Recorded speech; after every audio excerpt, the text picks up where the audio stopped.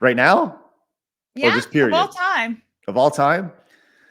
That sounds like a great top 10 list I should do. Yeah. Probably the like I think just I think if most people met me, they'd probably say I would say the Super Nintendo. But I actually think the 360 was just amazing. I love the 360 console, the era of the downloadable content on there. Some of the games that were released on the 360 were just absolutely top tier. So probably for me, it'd be like 360, Super Nintendo, PlayStation 4. I wasn't a big like PlayStation 1 or PlayStation 2 guy. I know a lot of people like love the PlayStation 2. PlayStation 3 was kind of like this, I don't know. I don't know. It's like it sucked to me. I was never a big PlayStation 3 fan, but the PlayStation 4 I thought like totally changed things. I haven't even bought a PlayStation 5 or an Xbox One X. I do have a Switch. I think the Switch is amazing. So yeah, if I was to like rank them right now, I'd probably go like 360, probably Switch just because you can play Super Nintendo games on it. Um, and then like Super Nintendo and then like PlayStation 4 or flip those, something like it just kind of depends on the day and what I'm playing. Um, but I'll tell you what the best console ever made would be. Can I tell you that? Yeah. Yeah, absolutely. When Nintendo decides to not be an idiot and they decide to do the Netflix for Nintendo, where they just have an online service and they put all their games and all their back catalog and all their old games on it, and it's just something you can just pick up and play, and it's just like a monthly service. That will be the best console.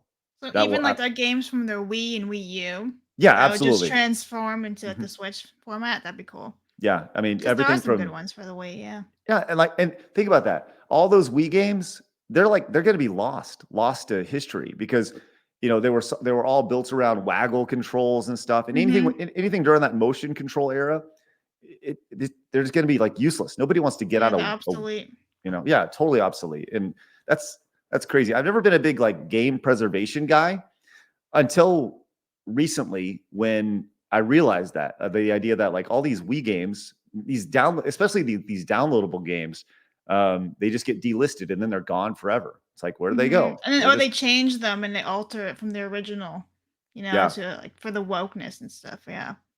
updated Mhm. for a modern audience. Yeah. Yes. Yeah, I have a Wii. That crapped out. So I got a Wii U, but I never use it anymore, but I still have all the games.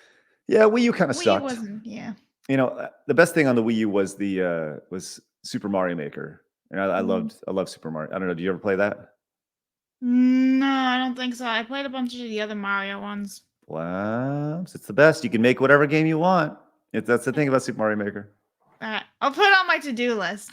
Okay, well, So get it on the what's the Switch. worst console? The worst console ever made. That's good. I would probably go. My initial thought it was like you would think like the Virtual Boy, right? This idea, this virtual reality experience that you got to close right next to your eyes in 1994. That was all red and black. But there's worse. Like so, Virtual Boy, Engage, and do you know what the Engage was? Mm-mm. So the Engage was like a mobile phone that looked like a taco that you could play games on, and that was like in the mid 2000s. Oh. Engage, just the letter N and Engage, and then there was one a few years ago that was kickstarted. That was one of the most successful Kickstarters ever. It was called the Ouya. Are you familiar with the Ouya? Never heard of it. Okay, so the Ouya was like an Android based console. It was like this Mhm. tiny little thing. I think I may have one around here, but yeah, it's this tiny little console. You plug in your 360 controller or your PlayStation controller to it, and people could like homebrew games and make their own games. So the idea was that it was kind of like an open source video game console, and it was a horrendous console, right? I think they raised like $10 million on Kickstarter. They pre-sold a shit ton of them. I remember we bought one of them, and it was like $99 for this console, right? It was like, whoa, oh my gosh. And a lot of crap came out of it, came out on it. But there were some really interesting games that that actually did see the light of day that were first spawned on the Ouya. If you've ever seen a game called Amazing Frog, it's the best. It's like the coolest little game ever. You're a little frog and you play around in this little, it's like a sandbox game, and it's just so dumb and so ridiculously fun. If you ever get a chance to play Amazing Frog, I think it's on Steam now or something. Okay. You should. It's so dumb and so silly, and you can jump and you can. I don't know. I just love Amazing Frogs. He just loves frogs. I love Amazing Frog. It was great. So, and then there's some other like multiplayer games that kind of spawned on the Ouya that eventually moved over to Steam. But yeah, Ouya, Engage, Virtual Boy, those are like leaders in the clubhouse. And there were some other ones like in the 70s that sucked. But those are more modern.